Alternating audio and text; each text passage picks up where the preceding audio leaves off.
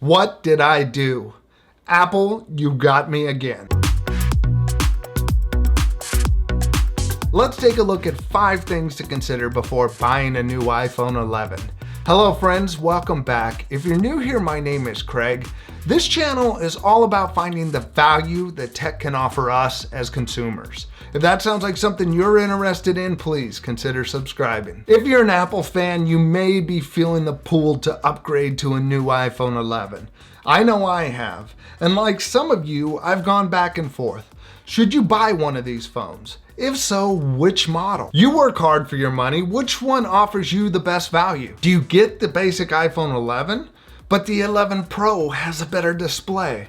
Should I wait for next year? Apple got me, and an 11 Pro Max is coming. I am excited about it though. I do want to see how much of an upgrade this phone is over my 2-year-old iPhone 10. I will admit I'm also a tech nerd who loves the shiny new tech and seeing what it does. For this phone, I'm happy to be the guinea pig. Let's look at what is the same between the iPhone 11s and 5 things you should consider before buying. All the iPhones will have iOS 13 and should offer a very similar performance. You'll get an A13 Bionic chip, a 3rd generation Neuro engine, and improved Face ID. All versions will include a wide, ultra-wide, and front-facing camera that are 12 megapixels and will shoot up to 4K 60 frames per second. For photos, you can do portrait mode, night mode, advanced ADR photos, and more. The displays are True Tone and are P3 wide color displays, which means they're awesome. All the phones also are capable of fast charging. Now on to the differences and 5 things to consider. First would be the price. The iPhone 11 starts at $699. The iPhone 11 Pro starts at $999. And the Max is $1099. Pro models are expensive. $300 is a big jump that should be considered when comparing the difference between the iPhone 11 and the iPhone 11 Pro. Do you need some of these features? It's tempting to go for the top of the line model, especially when on a payment plan. But with $300, you're almost to the starting price of an Apple Watch Series 5. The new 10.2-inch iPad start at $329. Or you could get a pair of AirPods, a case, and a rapid charger with the savings. Second thing to consider is the display. This would be one of the biggest differences between the iPhone 11 and the Pro. The iPhone 11 uses a liquid retina display. Translation: it's an LCD. The screen is not full HD with the 1792 by 828 resolution, but it does look great. The iPhone Pro has an OLED display that is brighter, has deeper blacks, richer colors, and is over 1080p resolution. Apple calls it Super Retina XDR display. That means it's awesome. Both type of displays really do look good. This is the iPhone 10 OLED next to the XR LCD. I've been using OLED displays for the past 2 years with my iPhone 10, Pixel 3a, and the Samsung S10. I love the look of OLED, and I'm sure this year's OLED display is going to look great and even better. For me, it's hard to go back to LCD even though the iPhone XR display looks so good. I don't like the backlight in LCDs and how they wash out the blacks, especially when I use my phone to read at night. OLED is gentler on the eyes in the dark. But if you're coming from an iPhone 8 or older, it might not be the time to change to OLED. Also, the iPhone 11 is a 6.1-inch display compared to the iPhone Pro's 5.8-inch or 6.5-inch display. The iPhone 11 might be the Goldilocks size for you. Not too big and not too small. The third thing to consider is really one of the other big updates. It is the camera configurations. Do you need all 3 cameras? If you really want the telephoto camera, the iPhone Pro might be the right one for you. Both phones do get the new ultra-wide camera, but there is no telephoto on the iPhone 11. I don't use the telephoto as much and probably wouldn't miss it. But I do love an ultra-wide camera and think it's the best addition. Some of my favorite photos are from the Galaxy S10's ultra-wide camera. The ultra-wide gives a huge feel to the photos that a standard lens does not deliver.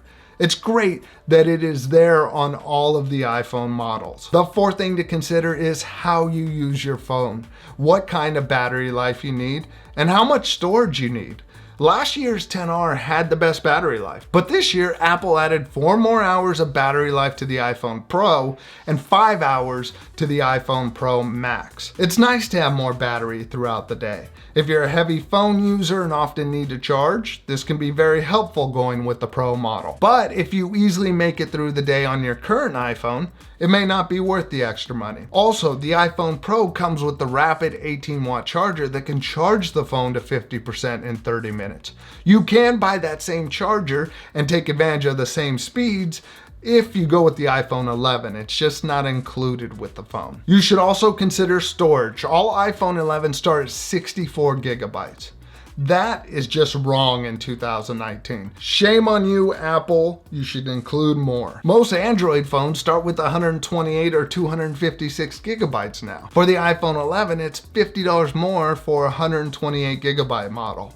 For the iPhone 11 Pro, the next step up is 256 gigabytes for $150 more. So basically, getting storage above 64 gigabytes can turn the $300 gap between the iPhone 11 and Pro to a $400 price difference. The fifth thing to consider is how often do you upgrade your phone? If you're on a payment plan and upgrade the phone every year, getting the Pro might not be a big deal for you. If you hold onto your phones and are using a 3 to 5 year old phone, it might be worth going all out on the iPhone 11 Pro. Maybe you don't really care about or think much about your phone. You just want a good phone and want to save money. The iPhone 11 is gonna be a great phone that will last for years. Next year is supposed to be the big iPhone changes and upgrades and redesigned phone. Maybe you want to wait to upgrade then. It is nice that the iPhone 11 saw a $50 price drop from the XR, but the iPhone 11 Pros are still expensive and a big commitment if you're paying for it up front. Getting a phone is definitely a very personal choice. For me, I enjoy using new tech, love the OLED display, want the bigger screen, the extra battery life, and want to take advantage of all 3 of the new cameras. Those things make it worth the extra money. But since Apple has made the phone so similar in performance and features, it is hard to decide which iPhone 11 to get. If you do want to save more money and don't need the latest and greatest, you can still get the iPhone XR starting at $599 and the iPhone 8 starting at $449. Both are still great phones that are going to last you for years. I do like that there are more options and price points this year. When I do get my iPhone 11 Pro, I'll do some comparisons with my iPhone 10 and the iPhone XR, and we'll see what value it may add. Are you getting a new iPhone? If so, what model are you getting? Let us know in the comments section. To learn more about some of the new stuff Apple announced and some of the software updates coming, make sure to check out this playlist over here. YouTube's algorithms determined that this video up here would be the best choice for you, so please go check it out. If you like this video, you know what to do. Also, consider subscribing and come back to check out some more videos. Thank you for watching and have a great day. Bye.